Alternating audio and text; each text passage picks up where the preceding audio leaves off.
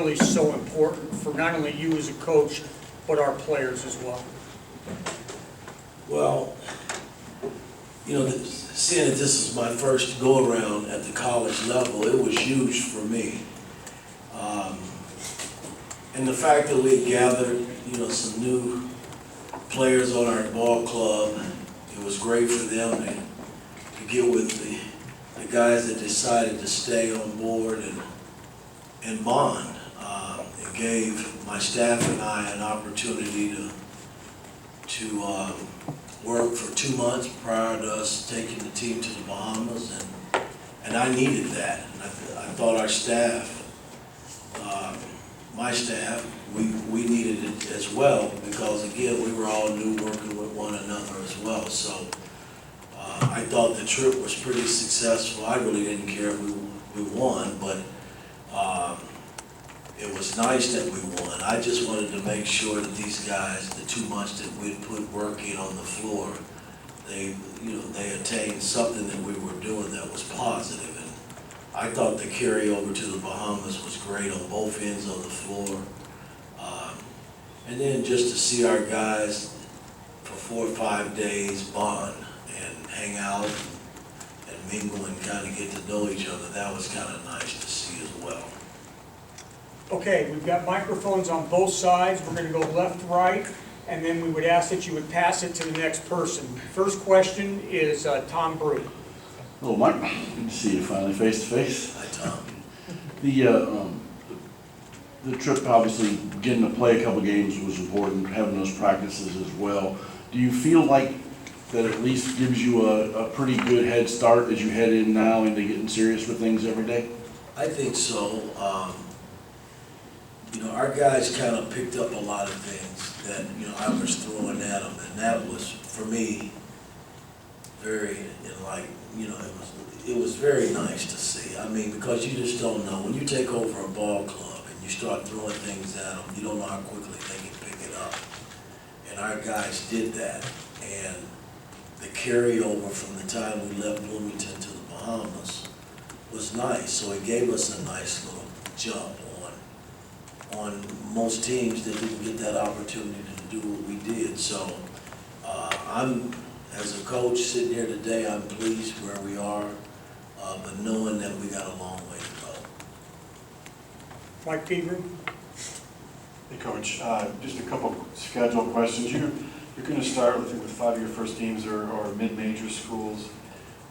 Is that more of a philosophy of being a first year in this program and kind of maybe a rebuild, or is this something in the future you might go for bigger schools? And also, did you want to play some close scrimmages to kind of get a little test of nearby schools of note in that regard? Well, we do have a couple of scrimmages, you know, with Cincinnati, and we have a team that we're going to scrimmage up in Louisville, Kentucky.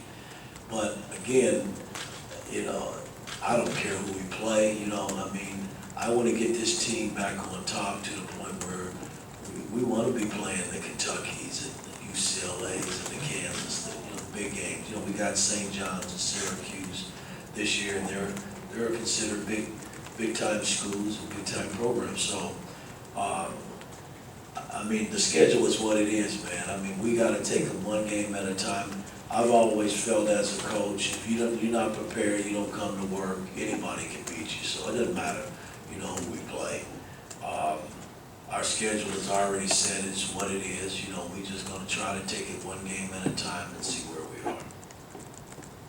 Dustin? And Mike, you mentioned just that there's some areas where you feel like you're further along, there's some areas you feel like we're a long way to go. I guess just to be more specific about that, where do you feel like you guys made sort of the biggest strides, defense, offense, and where do you feel like you have the furthest way to go, and what does that look like over the next couple months, next month or so before the opener? When I took over, you know, I expected the defense to be ahead of the offense because I've always coached that way, where, you know, I put the defense ahead of the offense because I know defense, if you get a solid foundation and everybody buys in, you give yourself a chance to win ball games. And our defense was ahead of schedule, I thought, by the time we landed in the Bahamas and we started to play. Offensively, we still have a ways to go. I haven't put in a lot of things. I some of our early offensive things in, there's some pick and roll plays, but, I got a number of set offenses that we gotta put in here in the next month before we open up in November, the 9th. So, we still got a lot of work to put in though, but defensively, I thought we were ahead of the schedule, and, we gotta get more sharper and fine tuned on the offensive end, I think. Okay, Coach, I have a question from Bob Kravitz, and he wants to know, what have you asked Trace to do this offseason, and how would you rate his progress as a perimeter shooter thus far? Well, again, we've had quite a few scrimmages leading into the trip to the Bahamas, and, he's taken some jump shots, but not a lot,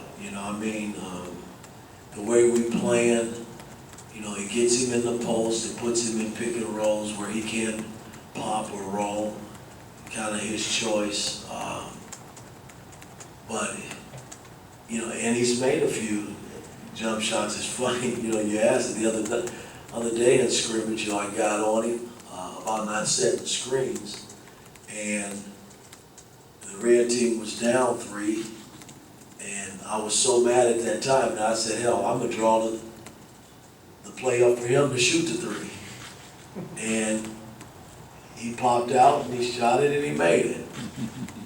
And I didn't let the game go in force the overtime. I called it. I blew the whistle and said practice was over with, everybody in. But, I drew it up, and I don't know if most coaches would have done that in that situation, but I just wanted to see how he would respond, and he made the shot. So I know he can make, 10, 15-foot jump shots if he just shoots them. And I'm going to keep putting him in situations and forcing his hands to take the shot if he has it. He's making his free throws, which is kind of nice to see too. So he's made a nice jump, I think, from the time we started and where we are today. I thought he played extremely well in the Bahamas. Kevin? Yeah, Coach, the point guard position, where you are right now with it, what are your thoughts, evaluation, and what are you going to be looking for in camp in terms of players and minutes and divvying it up? Well, again, we got 3 point guards in Christian, Xavier, and Rob, and they all been battling. And Christian is starting to step up now, where he was a little behind the 8 ball. I thought Xavier and Rob were kind of leading the way, which I expected. But all 3 have been playing well. I thought Xavier in the game in the Bahamas, the first game he got in foul trouble early, so they kind of put him behind a little bit. But the second game he stepped it up and he played like we thought he was capable of playing and leading our ball club. So I feel good about our point guard play. All 3 got to score the ball, I think, for us to be effective. And I'm pushing them all 3 in that direction to do that. So. Coach, you talked about the improvements made. You were ahead of the game on defense. Offense was behind a little bit. Defense is usually harder to get a team to come together on. Why do you think that they were able to come together easier on the defensive side?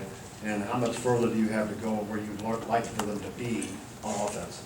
Well, defensively, I'm a demanding coach, and when you don't do it right, I keep making you do it right until you do it right. And we've kind of assembled a nice defensive system that they kind of understand. Early on, I wouldn't let them switch anything, just made them and held them accountable for guarding their own guy. And I thought that helped us. When we got to the Bahamas, we switched some in the first game, and then we switched a little bit more in the second game, and I thought we were even more effective.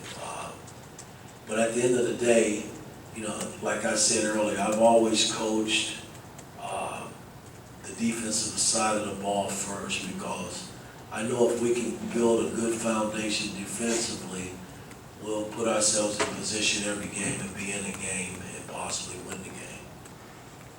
How's the golf game going, by the way? Terrible.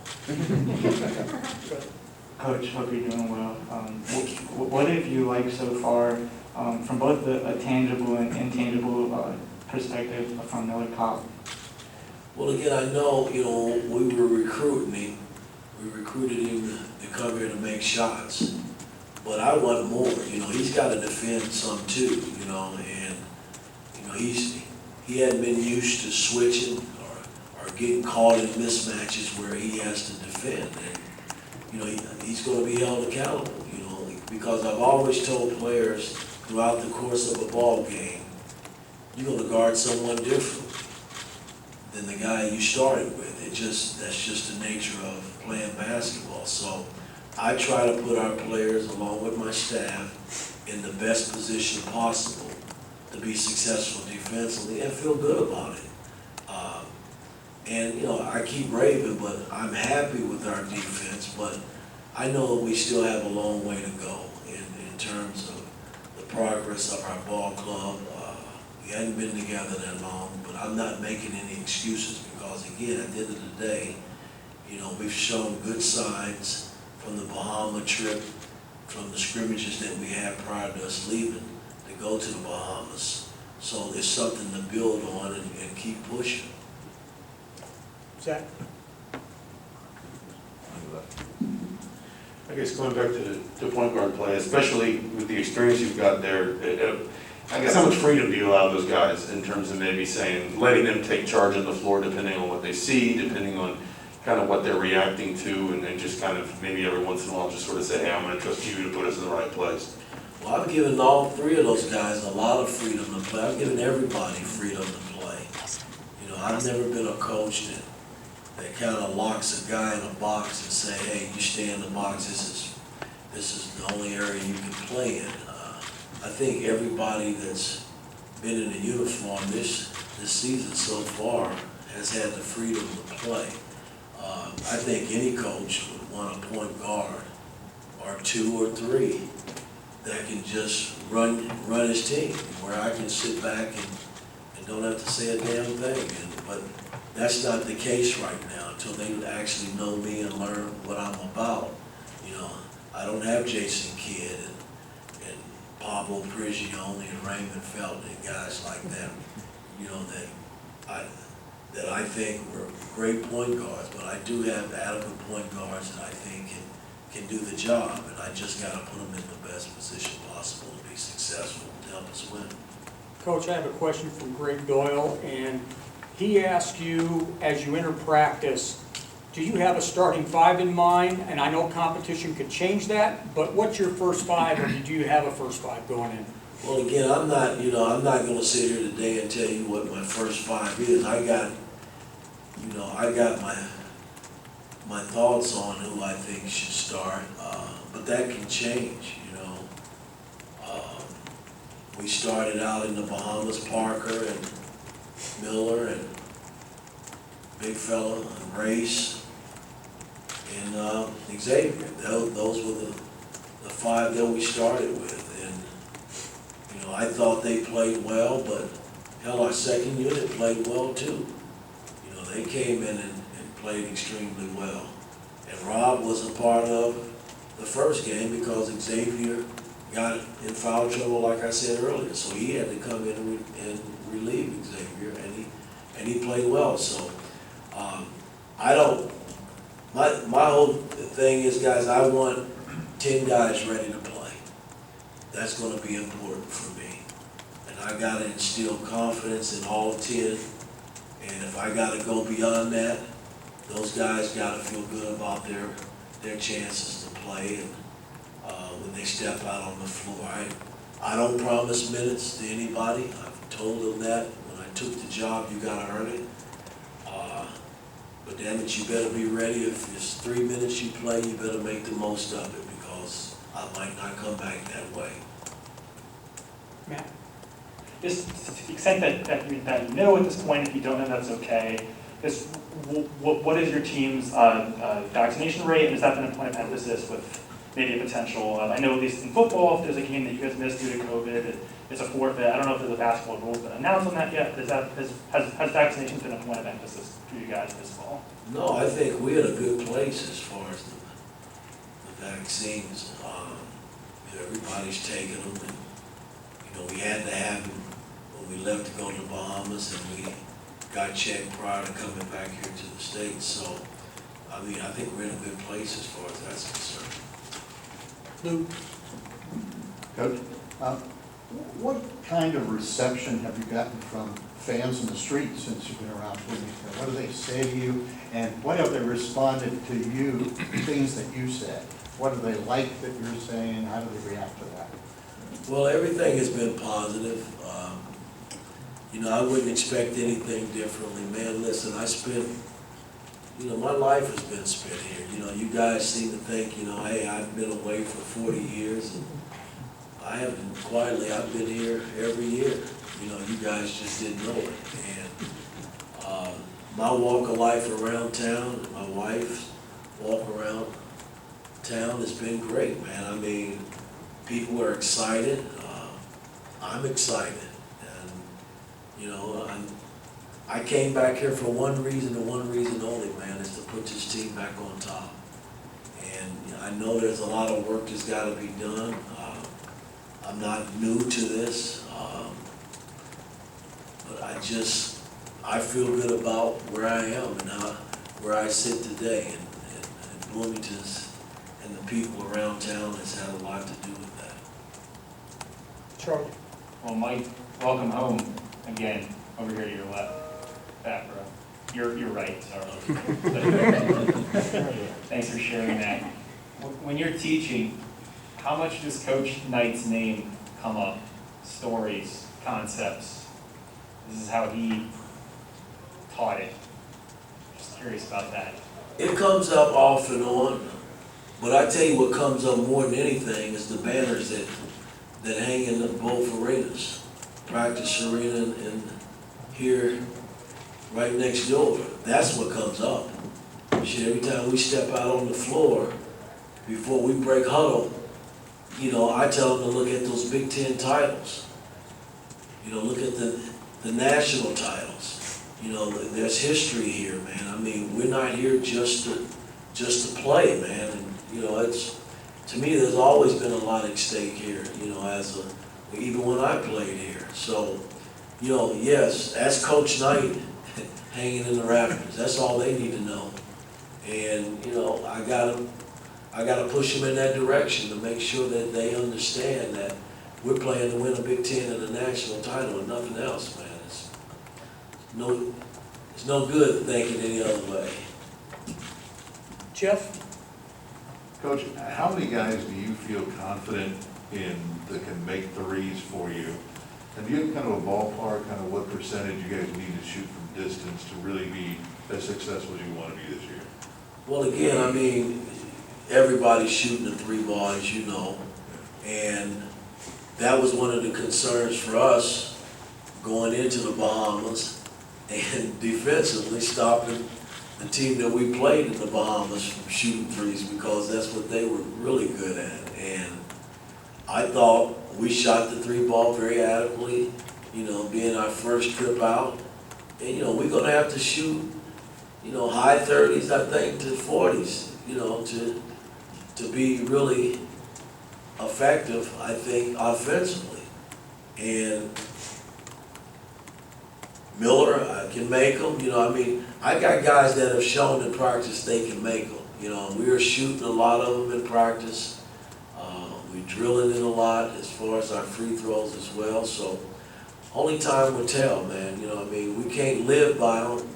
You got to have a mixture. And the beauty about our team is we do have a nice couple of low post guys, three, as a matter of fact, with Race, Trace, and Big Mike, that can demand the ball inside some. So we're going to have to play some inside out, but guys got to be ready to step up and shoot it when they're open. I'm not taking that away from them.